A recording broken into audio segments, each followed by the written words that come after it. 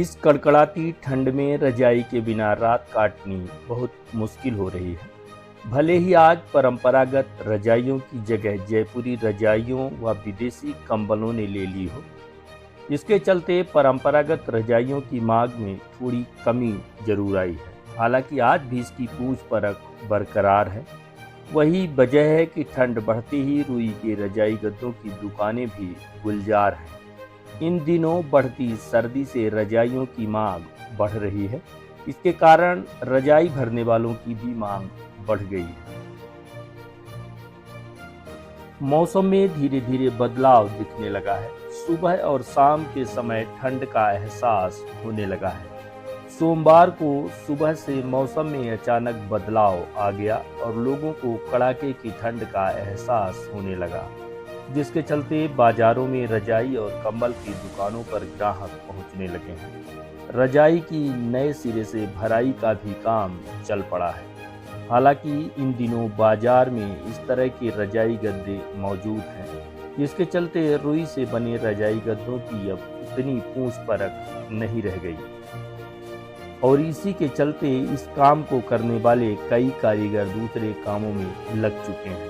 हालांकि ठंड बढ़ते ही बाजार में रजाई और गद्दे तैयार करने वाली दुकानों में कारीगर दिन रात काम में जुट गए हैं। लोगों ने ठंडक की दस्तक को देखते हुए पुरानी रजाई को दोबारा भराई तगाई के अलावा गर्म चादरें और रजाई खरीदना शुरू कर दिया है।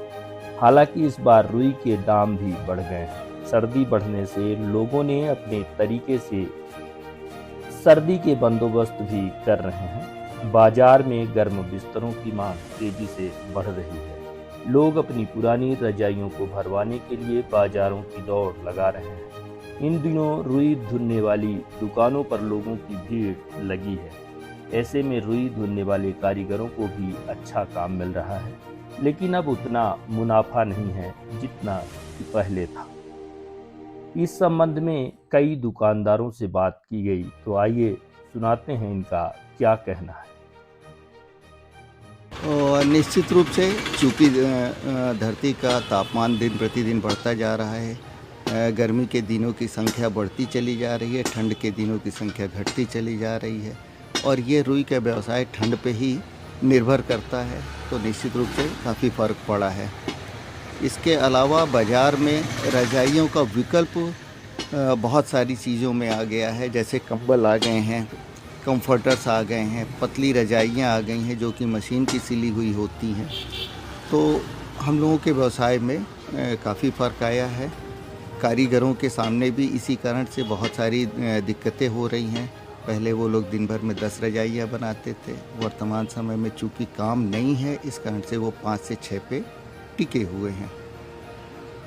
उनके व्यवसाय में कितना संकट आया है? क्या वो इसी व्यवसाय में है कि उन्होंने व्यवसाय बदले हैं? ना, चूँकि परिवार चलाना है, परिवार चलाने के लिए खर्च की ज़रूरत होती है। इसमें काम कम होने के कारण अब उनका आय का साधन कम हुआ है, तो ये लोग अपने व्यवसाय को परिवर्तित करके कुछ लोग फेरी लगाने लगे हैं।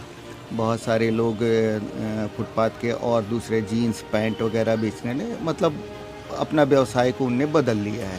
पहले वो सिर्फ तगाई पे रहता था और उनका जीवन यापन बहुत अच्छे से चलता था। क्या नाम है? मोहम्मद शमीम। कितने दिन से ये काम कर रहे हो?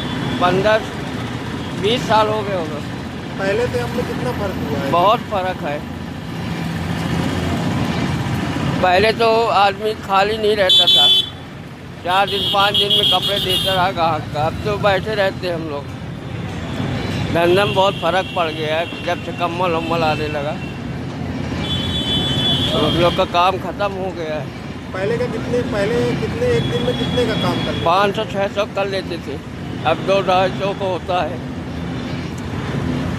क्या नाम है आपका और कब से ये व्यवसाय में? ये मोहम्मद रमजान। आज करीब 20 साल से हम काम कर रहे हैं। पहले में और अब में कितना फर्क है? बहुत फ़र्क है। अब क्या है कि ये कम आता है और रेडीमेड ज़्यादा बिकता है। कम्बल हो गया और ये हर चीज़ ये ज़्यादा बिकता है। ये बहुत अब कम चलने लगा है। बहुत से तो आदमी ये छोड़ के चले गए, काम भी सही नहीं मिलता पेट भर करने के लिए। अब 2-3 मने बहुत ज़्यादा 3 नहीं 2 काम करते हैं तो इतने में कैसे चलेगा।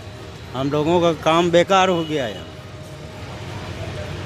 पहले तो अब में बहुत फर्क है। बहुत ज़्यादा फर्क है पहले में और अब में।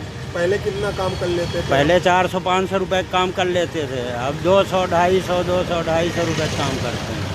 पहले कितने लेबर लगे रहते आप? और अरे पहले कम से कम 10-12 आदमी रहते रहे, अब तो गिने चुने 4-5 आदमी हैं, बस हो गया।